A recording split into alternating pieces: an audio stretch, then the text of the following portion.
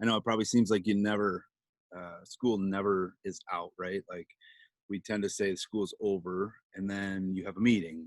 As I heard some of you did this week, you had Wednesday meetings after school was out. And I watched my wife today have a meeting from 1 to 3 about school stuff. And it just never seems to end as I've updated our school website probably 25 times since school got out. So I commend you for being done, and I challenge you to find a time to be done. And part of your assignment this week is to look at that balance you get between school and your personal life, and kind of how do you put that all together. So um, but again, I congratulate you for finishing your school year. And as I've said in the past, we are about 2 weeks left with this course, and then you guys have one more course, and then you're done with your master's program. So congratulations on that. I want to thank Sarah for her work around animals in the classroom for this week's technology spotlight. I think it has some really cool merit on how we take that information and put it into the technical part of it, do some virtual field trips, and potentially reach out to different animal rescue facilities and those kind of things. I think that can be a huge learning tool for our students. So I look forward to Cynthia and Sarah Lancaster's weekly technology spotlight this week. This will be our last two, and you guys have done a great job on all of this. So thank you for your feedback, and thanks for looking at each other's work pretty promptly as well. I want to talk a little bit about the last couple of weeks here and how we go forward. So the last 2 weeks really is about you finding and building any other tools you can have to use when it comes to parent communication, student resources, and also to make your job a lot more efficient, a lot easier. So keep that in mind. Don't do floofy stuff in these last couple of weeks. Let's really focus in on what it is that you need to do to get your classroom and your environment more efficient, and really work hard on the whole parent component and how do we bring them into the conversation a little bit more, both as a kind of a co-teacher for you in a home environment, but also so they're really aware of what you're doing in your class setting. This week, week 5, you're going to get 2 things from me. That's it, 2 documents. So you'll get this Google slide that you're probably looking at right now, along with our game plan for the week. And the game plan for the week is actually designed as a hyperdoc that you will be answering all of your work in and turning back into me. So it's not a perfect hyperdoc. It is a hyperdoc that kind of shows you some of the different steps. One of the things as you're building your hyperdoc, I use Google Docs for this one. I have seen a lot of people use Google Slides as a hyperdoc. It actually has a little bit more flexibility to it. You can put videos in and you can actually see the videos and things like that, where in Doc you kind of have to put links in, so you have to decide what works best for you. And some of you that work in the primary setting may want to consider using Google Slides as your vehicle, because it's a little bit more viewable, a little bit more primary based, and a little bit more visual, which I think is really important. So yeah, it's only 2 things. So that's kind of cool. I want to talk a little bit about your websites. So far, what I've seen, they look great. And one of the things I want to highlight is this idea that I put this rubric out to you on websites, and it's a little bit picky. It's a little bit to the really specificity of fonts and look and parent interaction and those kind of things.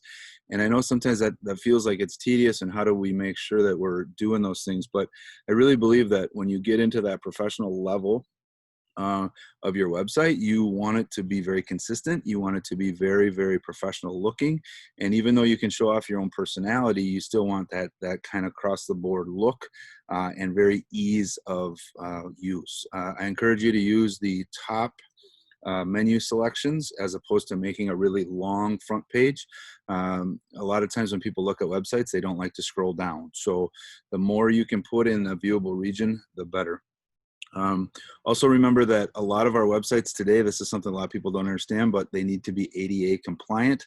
This is a disability act that all public sites like this are supposed to follow. I'm not sure if you'd ever be held accountable to it on a legal side, but I would hate to have you on that and not be prepared. So keep that in mind.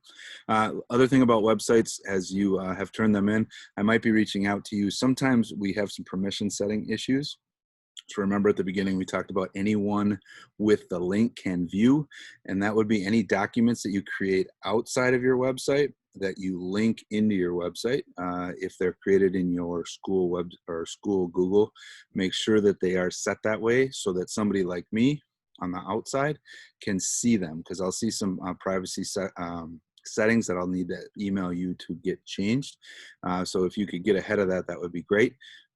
It also, like, think of me as a parent might be in your classroom that's not in your school email group. For you, it looks good on the inside, but from somebody on the outside, there are some challenges in that. So keep that in mind when you add other documents as well. The final hyperdoc that you guys are working on as assessment number 6, we are pushing that back 1 week. So we actually have a little bit more time. And some of the things that I'll give you this week and next week are kind of how do we build that together. So I think originally it said it was due next week, but we actually have an extra week in here. So we're going to push that back a week. So take your time on that and give yourself whatever you need to finish that up as we go. And again, I want you to think of this as a teaching tool. Not just a parent communication, but something you could actually stand in front of the classroom with on your smart board or interactive TV and be pushing buttons to get to where you want to be. So keep that in mind as you're creating these hyperdocs, and you can keep that in a place where your parents can see it and your students can see it and you can access it. And so I would encourage you, once we're done, to link those hyperdocs to your school website, which again, I re-looked at those today and they look great. So keep going on all of this work. This week, again, we'll do morning office hours on Wednesday. I appreciate those of you that have come in and just had a conversation, and we can talk about questions and those type of things. I also appreciate your work in Flipgrid from this week. So thank you for doing those 2 Flipgrid assignments.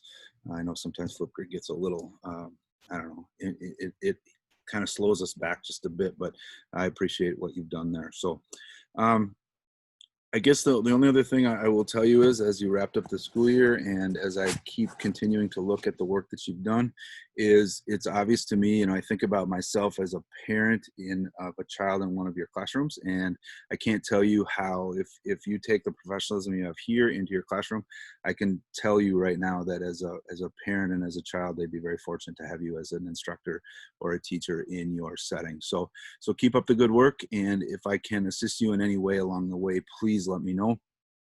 Summer is here. I've heard some of you are fishing and some of you are doing construction projects and some of you are doing other things. So get out and enjoy. Let's wrap this up in a positive way, and let's make sure that we are getting to the finish line here as high quality as we started. So again, I appreciate your work and I look forward to the rest of it. Take care. Be safe.